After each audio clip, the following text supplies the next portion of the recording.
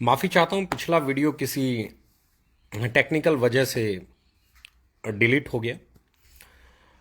मैं जो कह रहा था कि आज का वीडियो बहुत खास होने वाला है। बहुत सारी ऐसी चीज़ें जो शायद हम समझ पाएँ वो मैं डिस्कस करने वाला हूँ। और ये जो भी आज का वीडियो है ये जितने लोगों तक भी इंडस्ट्री में पहुँचेगा उतना ही इंडस्ट्री के प्रति हमारी समझ को बढ़ाएगा।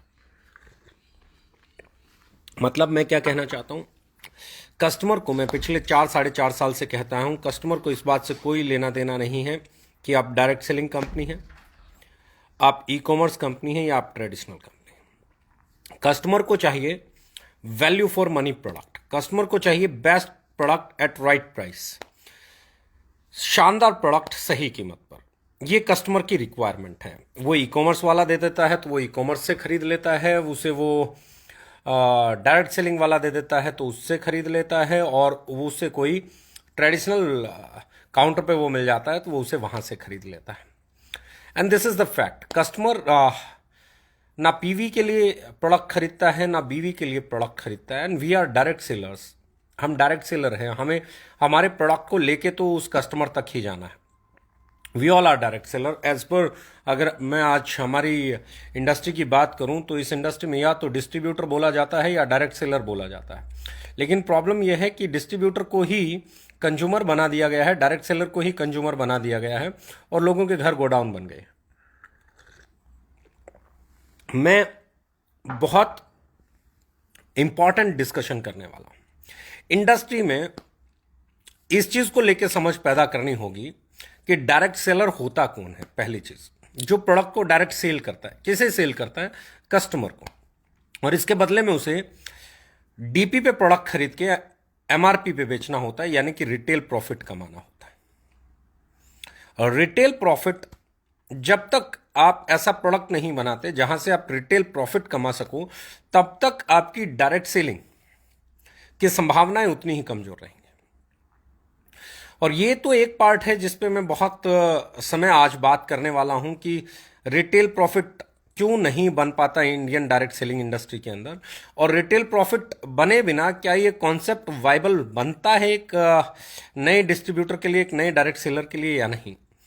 पहला बहुत इंपॉर्टेंट है। लेकिन दूसरी चीज जिस पे मैं बात करने वाला हूं, इंडस्ट्री में दो तरह की कंपनियां हैं जिसे कस्टमर से कोई लेना देना नहीं है।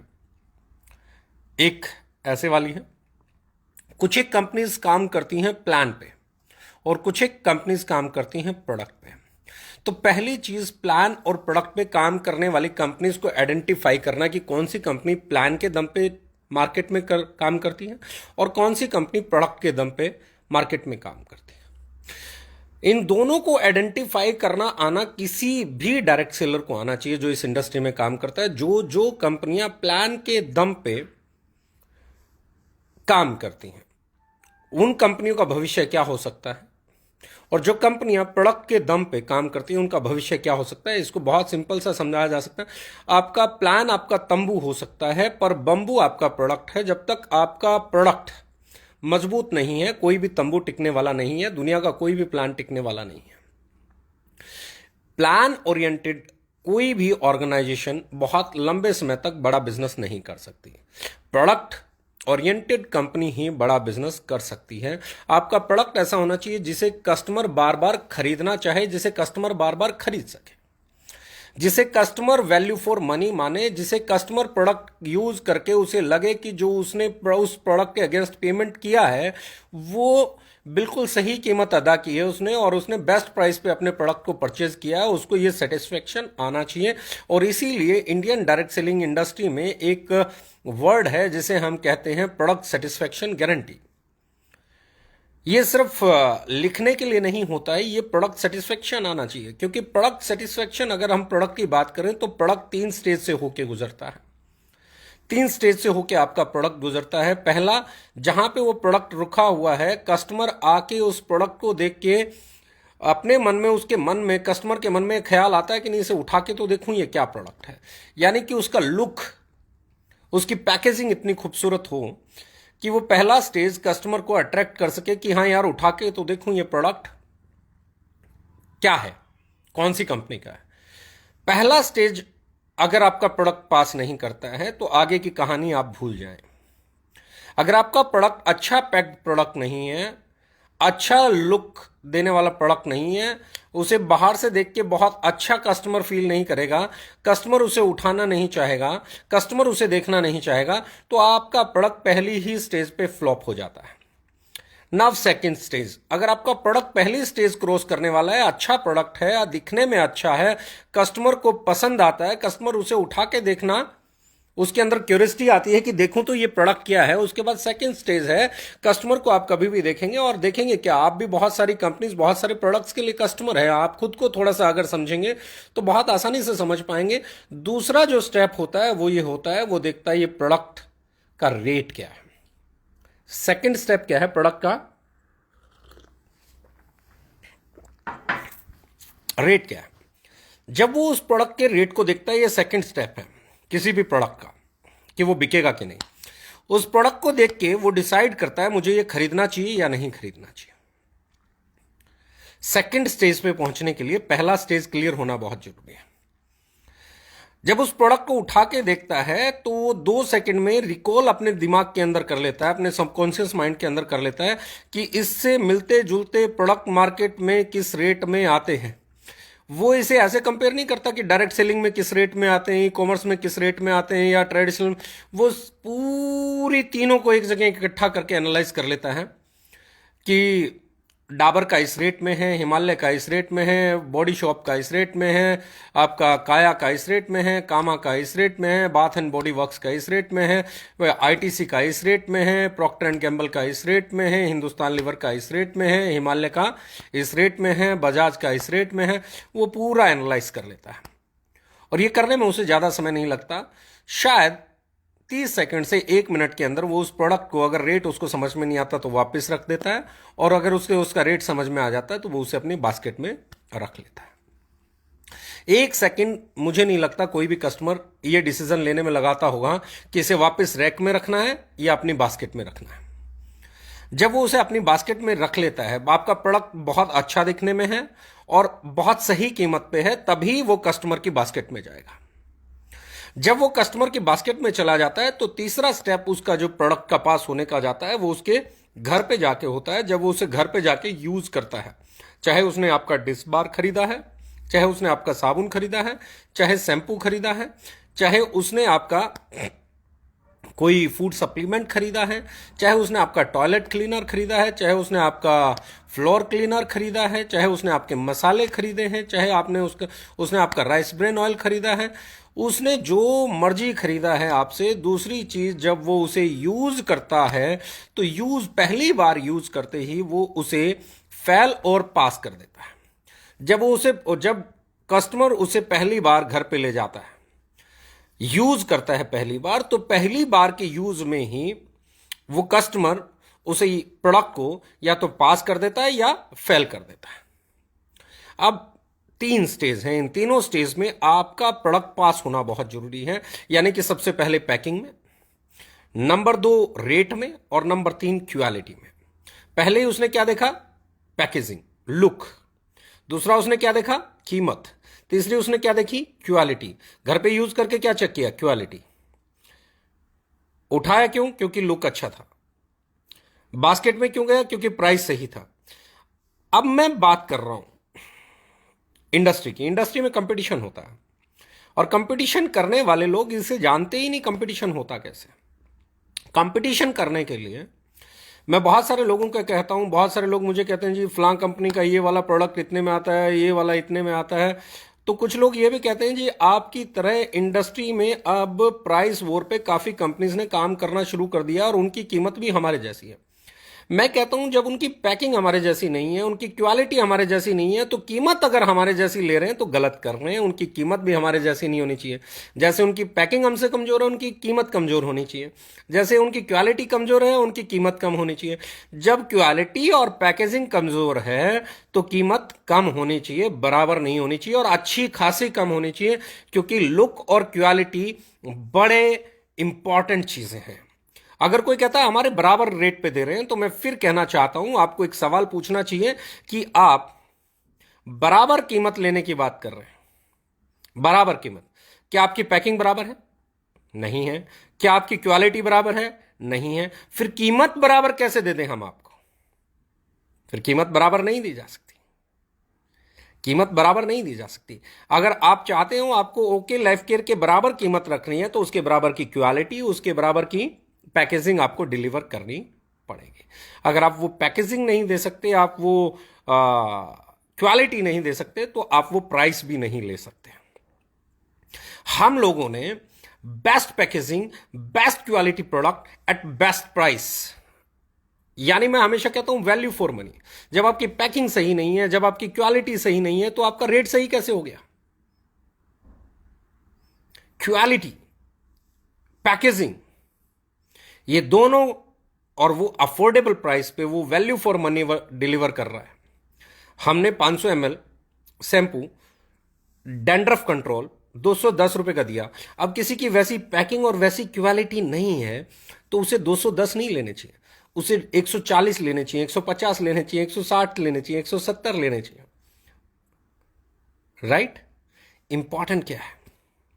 पहली चीज मैं बोल रहा हूं, पहली चीज इंपॉर्टेंट क्या है? Your product, your quality, your packaging.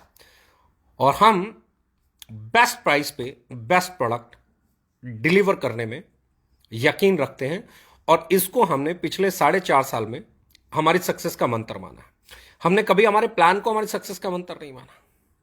हमने कभी भी लोग जोड़ो का अभियान नहीं चलाया, ना हम चलाते, ना हम कभी बातें करते कितने लोग हमारे बिजनेस में हैं, कितने नहीं हैं। No, we don't talk about people, क्योंकि हम इकलौती ऐसी कंपनी है जिस कंपनी में रजिस्टर्ड होने के लिए कोई फर्स्ट परचेज रिक्वायर्ड नहीं है, कोई कंपलसरी फर्स्ट परचेज रिक्वायर्ड नहीं है, कोई मिनिमम फर्स्ट परचेज रिक्वायर्ड नहीं है, कोई मंथली परचेज रिक्वायर्ड नहीं है। हम एक चीज कहते हैं, हमारा कोई प्रोडक्ट आपको अच्छा लगता है तो खरीदिए, नहीं अच्छा लगता है तो मत खरीदिए। There is no package. अब जो मैं बात कर रहा हूं उसे अगर आप समझ पाएंगे तो आसानी होगी। इंडस्ट्री में दो तरह की कंपनियां, एक जो प्रोडक्ट को बेचने के लिए आती हैं और दूसरी जो डायरेक्ट सेलिंग करने ही आती हैं, जिनका काम सिर्फ एक कंपनी चलाना है, प्रोडक्ट बेचना नहीं है। ये प्लान पे चलती हैं। प्लान अलग अलग तरह के, कंपलसरी परचेज होगा, फर्स्ट परचेज होगा, बड़ा फर्स्ट परचेज होगा, रैंक होगा, बड़े रैंक पे लुक्रेटिव चीज़ें होंगी। हमारे यहाँ रैंक भी नहीं है। पहले दिन से हम जिन चीज़ों पे काम कर रहे हैं वो अलग हैं। यानी कि, और बहुत सारी कंपनियां तो ऐसी हैं जिनके परचेज और रिपर्चेज प्लान अलग मिलेंगे इंडस्ट्री में। मतलब फर्स्ट परचेज अलग, प्रोडक्ट भी अलग फर्स्ट परचेज का, उसकी कीमत भी अलग फर्स्ट परचेज की, और रीपरचेज की प्रोडक्ट अलग। पिंजरा, पिंजरे में टमाटर, टमाटर खाने नहीं देना। रीपरचेज यानी टमाटर, फर्स्ट परचेज यानी पिंजरा। तो मैं हमेशा कहता हूं आप लोगों को सोचना होगा, जो जो कंपनियां प्लान बेस हैं, जो जो कंपनियां परचेज और रीपरचेज अलग रखती हैं, जो जो कंपनियां दो प्लान चलाती हैं, दो प्लान क्यों? इसका मतलब दो प्लान में से एक प्लान ऐसा है जिसमें वैल्यू फॉर मनी प्रोडक्ट नहीं मिलता, उसमें बड़ी इनकम दिखाई जाती होगी।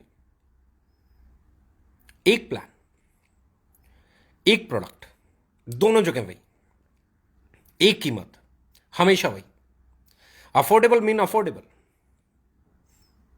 मेरा मानना सिर्फ इतना सा है, अगर आपके प्लान, इंडस्ट्री में बहुत सारी कंपनियां जो दो प्लान चलाती हैं, दो प्लान मुझे आज तक समझ में नहीं आए। दो प्लान की जरूरत क्यों है? दो प्लान की जरूरत तब हो सकती है जब आप एक प्लान के जरिए रिक्रूटमेंट करना चाहते हो। क्यों? एक plan, one business plan. Your product, आपके प्रोडक्ट जो मर्जी है, आपके प्रोडक्ट शानदार होने चाहिए। मैं ये नहीं कहता कि वैल्यू फॉर मनी डिलीवर करने वाले होने चाहिए। अगर आप 10,000 का भी प्रोडक्ट बेच रहे हो और वो वैल्यू फॉर मनी डिलीवर कर रहा है तो इट्स वेरी गुड प्रोडक्ट। आप 2 लाख का भी प्रोडक्ट कोई बेच रहे हो और वो वैल्यू फॉर मनी डिलीवर कर रहा है, इट्स वेरी गुड प्रोडक्ट। आप 20 रुपए का प्रोडक्ट बेच रहे हो और वो वैल्यू फॉर मनी डिलीवर नहीं कर रहा है, इट्स अ बैड प्रोडक्ट। मैं प्राइस पे बात नहीं कर रहा हूं, मैं बात कर रहा हूं वैल्यू फॉर मनी डिलीवर करने की। मैं बात कर रहा हूं वो प्रोडक्ट लेके आने की जिसको कस्टमर यूज करने के बाद ये बोले कि ये बिल्कुल सही कीमत है। 10 रुपए में हम लोग डिटर्जेंट पाउडर बेचते हैं, बिल्कुल सही कीमत। 90 रुपए में हम 1 किलो डिटर्जेंट पाउडर बेचते हैं, बिल्कुल सही कीमत है। 25 रुपए में हम लोग साबुन बेचते हैं, बिल्कुल सही कीमत है। 78% ईएफएम के साथ हमने एक ही चीज तय की है कि हमारे प्रोडक्ट की कीमत, हम टॉयलेट क्लीनर लेके आए तो ट्रेडिशनल मार्केट के रेट पे, हम फ्लोर क्लीनर लेके आए तो ट्रेडिशनल मार्केट के रेट पे, हम डिश बार लेके आए तो ट्रेडिशनल मार्केट के रेट पे, और क्वालिटी की बात करेंगे तो इंडिया की किसी भी क्वालिटी से, क्योंकि मेरा मानना है जब तक आप ट्रेडिशनल मार्केट के प्राइस पे नहीं आएंगे, वैसी पैकिंग नहीं देंगे, उससे बढ़िया पैकिंग नहीं देंगे, उससे बढ़िया क्वालिटी नहीं देंगे, उसके लेवल पे नहीं आएंगे, तब तक क्यों आएगा कस्टमर आपके पास सालों से जिस ब्रांड को वो यूज कर रहा है। कोई बड़े ब्रांड को 20 साल से यूज कर रहा है, कोई बड़े ब्रांड को 10 साल से यूज कर रहा है, कोई बड़े ब्रांड को 15 साल से यूज कर रहा है। हर कस्टमर के घर पे एक प्रोडक्ट है, जब तक आप उससे बढ़िया क्वालिटी उसी कीमत पे उपलब्ध नहीं कराएंगे, उसके आसपास कीमत नहीं होगी, उसके आसपास क्वालिटी नहीं होगी, उसके आसपास पैकेजिंग नहीं होगी, तो एक आम ग्राहक हमारे डायरेक्ट सेलर से प्रोडक्ट खरीदना क्यों चाहेगा। हमारे ग्राहक से हमारा एक ही रिश्ता है, वो है उसको वैल्यू फॉर मनी प्रोडक्ट देना, ताकि जब हमारा डायरेक्ट सेलर उस तक पहुंचे और उससे वो बात करे प्रोडक्ट के बारे में कि सर हम ये प्रोडक्ट बनाते हैं, क्या आप ये प्रोडक्ट यूज करना चाहेंगे, तो वो फिर दो ही चीजें देखेगा। पहले उस प्रोडक्ट को देखेगा क्या ये खरीदने लायक है, इसका लुक अच्छा है कि नहीं है, लुक अच्छा है तो दूसरी चीज देखेगा उसकी कीमत क्या सही है। अगर हम पहले दोनों स्टेज पास हो जाते हैं तो उसे खरीदेगा और यूज करेगा, और उसे यूज करने के बाद अच्छा लगा तो वो हमारा कस्टमर है, अगर उसे अच्छा नहीं लगा तो वो हमारा कस्टमर नहीं है। 3 स्टेज हैं, तीनों स्टेज पे आपको बार बार खरा उतरना पड़ेगा, और जब तक आप हैं तब तक आपको खरा उतरना पड़ेगा। अच्छी पैकिंग भी बनानी पड़ेगी, अच्छी क्वालिटी भी देनी पड़ेगी, और अच्छा रेट भी देना पड़ेगा। ये इंडस्ट्री बहुत बड़ी है। I am not talking about direct selling industry, I am talking about retailing industry.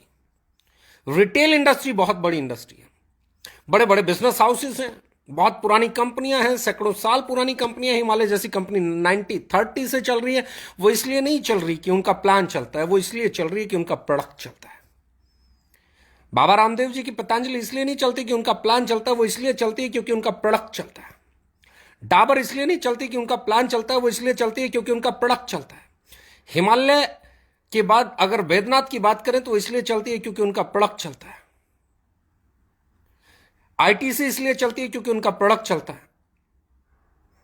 Procter and Gamble इसलिए चलती है क्योंकि उसका प्रोडक्ट चलता है। हिंदुस्तान इसलिए लीवर इसलिए चलती है क्योंकि उसका प्रोडक्ट चलता है। आपका प्रोडक्ट आपकी बैकबोन है, आपका डिस्ट्रीब्यूशन सिस्टम आपकी बैकबोन नहीं है। एंड बिलीव मी, हमने जिस चीज पे हमारी पूरी ताकत हमेशा झोंकी है वो है हमारा प्रोडक्ट। हमने कभी कारों की बात नहीं की, हमने कभी ड्रीम सेलिंग नहीं की, हमने बल्क सेलिंग नहीं की, हमने रैंक नहीं बनाए, हमने लुक्रेटिव कोई भी चीज हमारे डिस्ट्रीब्यूशन सिस्टम के अंदर कभी रखी ही नहीं। हमेशा एक चीज पे काम किया, and that is our product. And we love to deliver a product जो लोगों के घर पे जाने के बाद एक सेटिस्फैक्शन लेवल उनको अचीव हो, और वो बोले कि this is really a very good product. और वो जब कंपेयर करें उस प्रोडक्ट के कंपिटिटर प्रोडक्ट से, चाहे वो आईटीसी बनाती हो, चाहे वो लैक्मे बनाती हो, चाहे वो इले 18 बनाती हो, चाहे वो लॉरेल बनाती हो, चाहे वो मैट्रिक्स बनाती हो, चाहे वो दुनिया की कोई भी कंपनी बनाती हो, जब वो आप उसके कंपैरिजन के प्रोडक्ट्स के साथ कंपेयर करें तो हमें रेट में भी बेहतर पाए, हमें पैकिंग में भी बेहतर पाए, हमें क्वालिटी में भी बेहतर पाए। यही हमारा डेडिकेशन है। और मेरा एक चीज का मानना है, जब आपका प्रोडक्ट बेहतरीन होता है, I don't believe in unique products. I don't believe in expensive products. I believe in value for money products. आपका प्रोडक्ट एक्सपेंसिव नहीं होना चाहिए, दिखना चाहिए। लोगों के प्रोडक्ट एक्सपेंसिव दिखते नहीं पर होते हैं। हमने एक ही चीज सोची है कि आपका प्रोडक्ट एक्सपेंसिव दिखना चाहिए, होना नहीं चाहिए। आपका प्रोडक्ट अच्छा दिखना चाहिए, अच्छा होना चाहिए, लेकिन उसकी कीमत इतनी सही होनी चाहिए कि कस्टमर बोले यस यार, दिस इज द प्रोडक्ट जो मैं उम्मीद कर रहा था कि किसी भी कंपनी को, इंडियन कंपनी को बनाना चाहिए। Make in India, made in India, वो इंडिया जिसके बारे में कहा जाता है कि सोने की चिड़िया थी, वो उसके लोगों के बारे में कहा जाता है कि यहां ऐसे लोग पैदा हुए हैं जिन्होंने ऐसी ऐसी चीजें इनोवेट की हैं जिनको लोग पसंद करते हैं, जिसको पूरी दुनिया जिनका लोहा मानती है। चाहे हम जीरो देने की बात करें, मैथ से अगर जीरो हटा ली जाए तो उसकी कोई वैल्यू नहीं। हम लोग ड्रीम सीलिंग से बाहर निकलेंगे।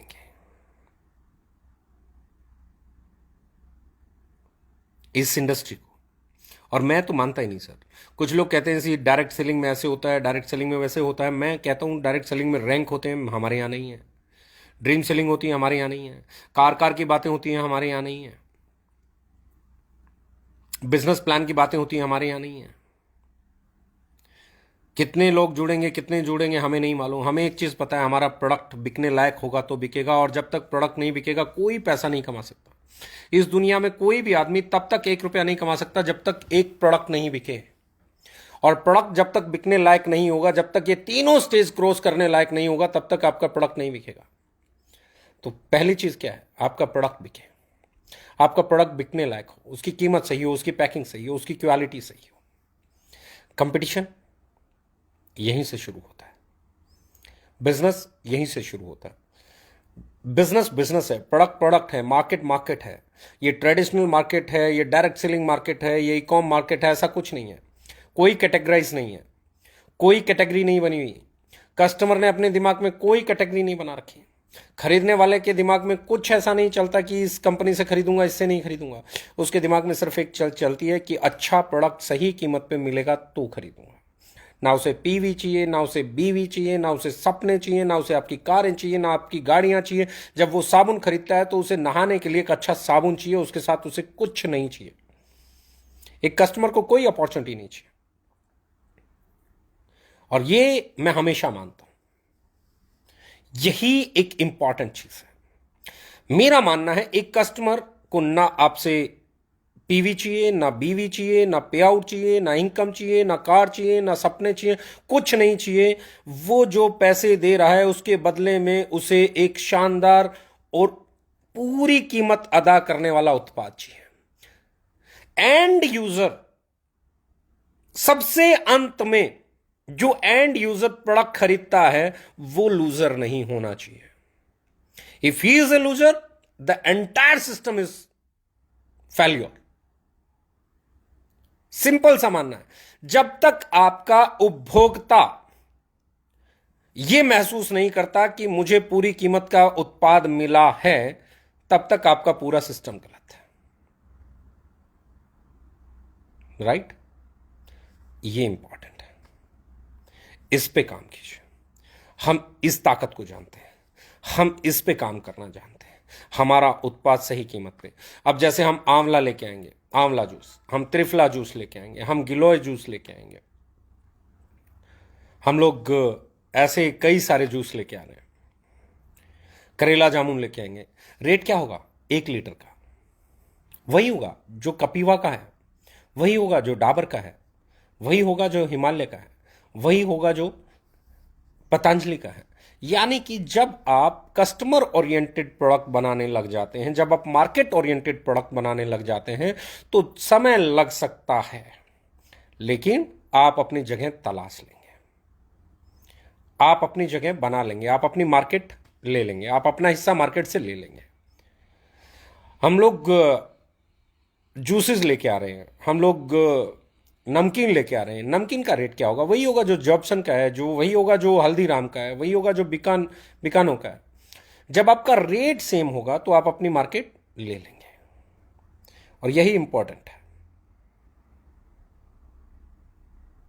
This is very important thing. जब आप मार्केट प्राइस पे आ जाते हैं, बेस्ट क्वालिटी डिलीवर करते हैं, बेहतरीन उत्पाद बनाते हैं, तो कस्टमर आपको लंबे समय तक इग्नोर नहीं कर सकता।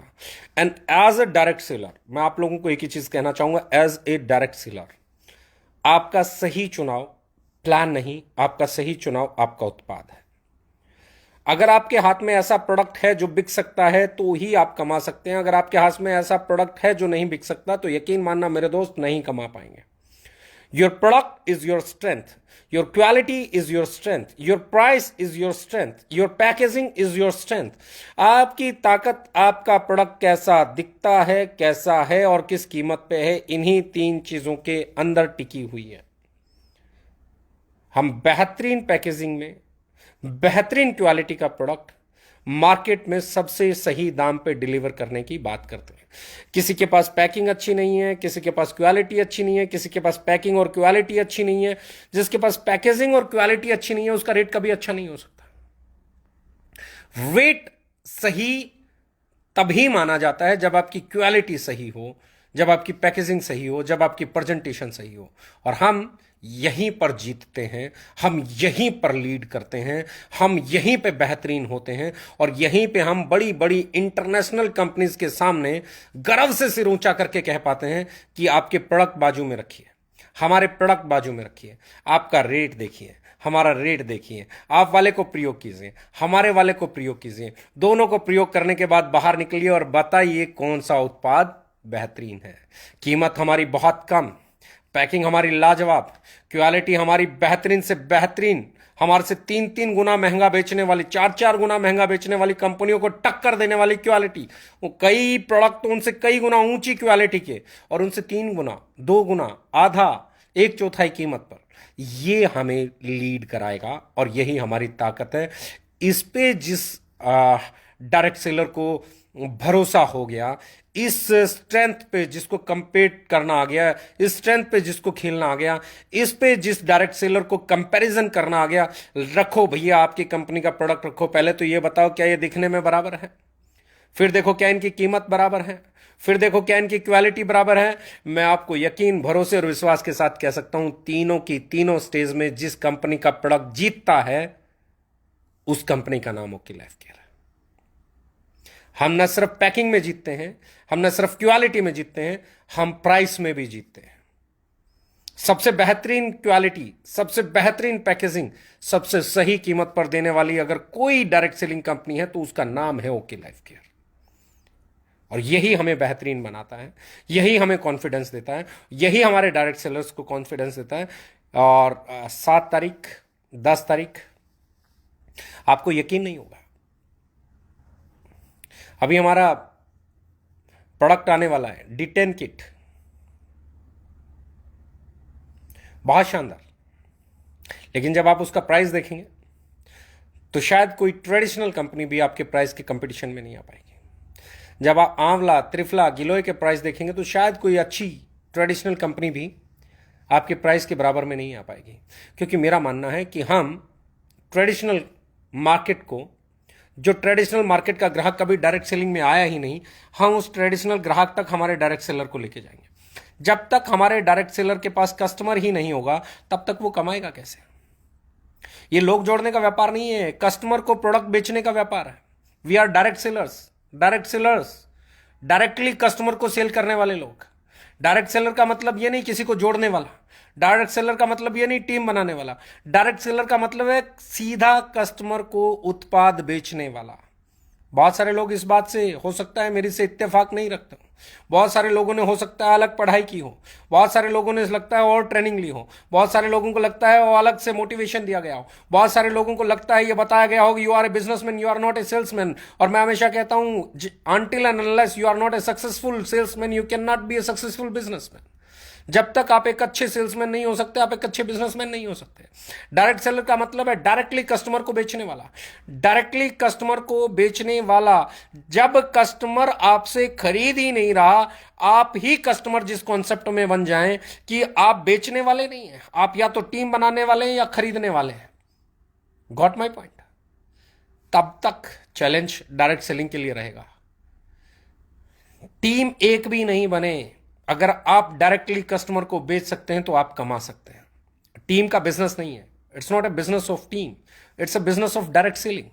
आप डायरेक्टली बेचो, जब ग्राहक ने आपसे खरीदेगा तो आप कमाएंगे। और यकीन मानना मेरे दोस्त, जब ग्राहक खरीदने लगता है ना, तो जब तक वो जिंदा है तब तक खरीदता है। अगर आपकी पैकिंग सही है, क्वालिटी सही है और रेट सही है, उसके पीछे उसको कोई लालच नहीं चाहिए, वो नहाता है तो उसे अपनी स्किन के लिए अच्छा साबुन चाहिए, वो हेयर वॉश करता है तो उसको अपनी स्किन, अपने हेयर्स के लिए एक अच्छा शैम्पू चाहिए, वो फेस वॉश करता है तो उसे साफ करने वाला, चेहरे को अच्छा जो फील दे सके, एक अच्छा फेस वॉश चाहिए। उसे हर उत्पाद के अंदर अपने लिए वैल्यू फॉर मनी चाहिए। अगर आपकी कंपनी आपके प्रोडक्ट ये दे सकते हैं तो ही आप जीतेंगे, तो ही वो आपसे लगातार खरीदेगा।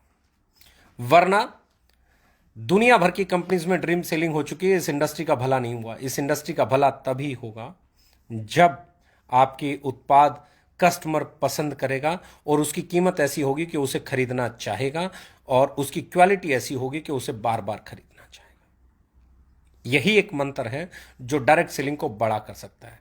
लेकिन इसके लिए तब तक कुछ भी नहीं होने वाला जब तक किसी कंपनी को इन 3 पैरामीटर्स पे आप नहीं तोल लोगे। क्या उसका प्रोडक्ट पहला स्टेज यानी कि पैकिंग का लेवल क्रॉस करता है, क्या उसका दूसरा प्राइस का करता है, क्या उसका तीसरा क्वालिटी का करता है। 3 स्टेज पे उसके प्रोडक्ट को तोलो। फिर क्या उसके प्लान ऐसे तो नहीं है परचेज का अलग, रीपरचेज का अलग, पैकेज सेलिंग तो नहीं है। इंपॉर्टेंट है। ये इंडस्ट्री आपकी है, ये प्रोडक्ट आपके हैं, ये मार्केट आपकी है, ग्राहक आपके हैं, सब कुछ आपका है। जब तक आप वैल्यू फॉर मनी डिलीवर करेंगे, जब तक आप सही उत्पाद सही कीमत पर बेचेंगे। मैं ये नहीं कहता कि मस्जिद 40 लाख की है तो ओवर प्राइस्ड है। मस्जिद 40 लाख 50 लाख की बिक रही है, वैल्यू फॉर मनी है।